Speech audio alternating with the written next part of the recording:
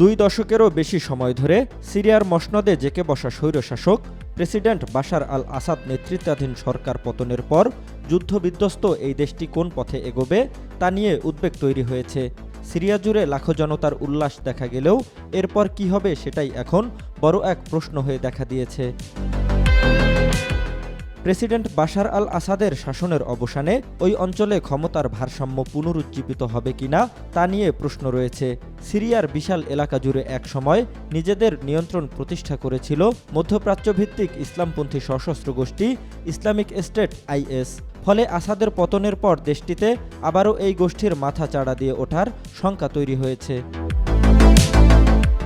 Durham ইউনিভার্সিটির শান্তি ও নিরাপত্তা বিভাগের অধ্যাপক রবার্ট গেস্ট পিনফোল্ড এর মতে, মার্কিন যুক্তরাষ্ট্র সিরিয়ার পরিবর্তিত পরিস্থিতি থেকে দূরে থাকতে চাইলেও ওয়াশিংটনকে এই সংকটে টেনে আনতে পারে সিরিয়া।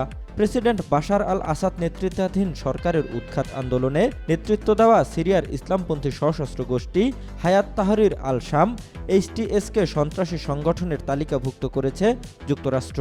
শুধু তাই নয়, এইচটিএসের প্রধান আবু মুহাম্মদ আল জোলানির মাথার দাম $1 কোটি ঘোষণা করেছিল ওয়াশিংটন।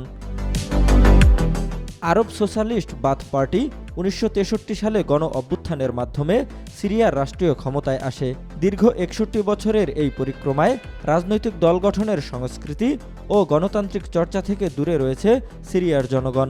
পর্যবেক্ষকরা বলেছেন, ভবিষ্যতে সিরিয়া আরও বিপর্যস্ত অবস্থায় পড়ে যেতে পারে, কারণ সেখানে বিভিন্ন গোষ্ঠী নিয়ন্ত্রণ প্রতিষ্ঠার জন্য একে অপরের সঙ্গে লড়াই করবে।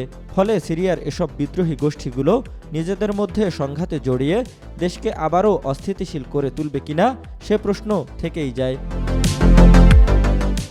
জহিরুল ইসলাম, আজকাল।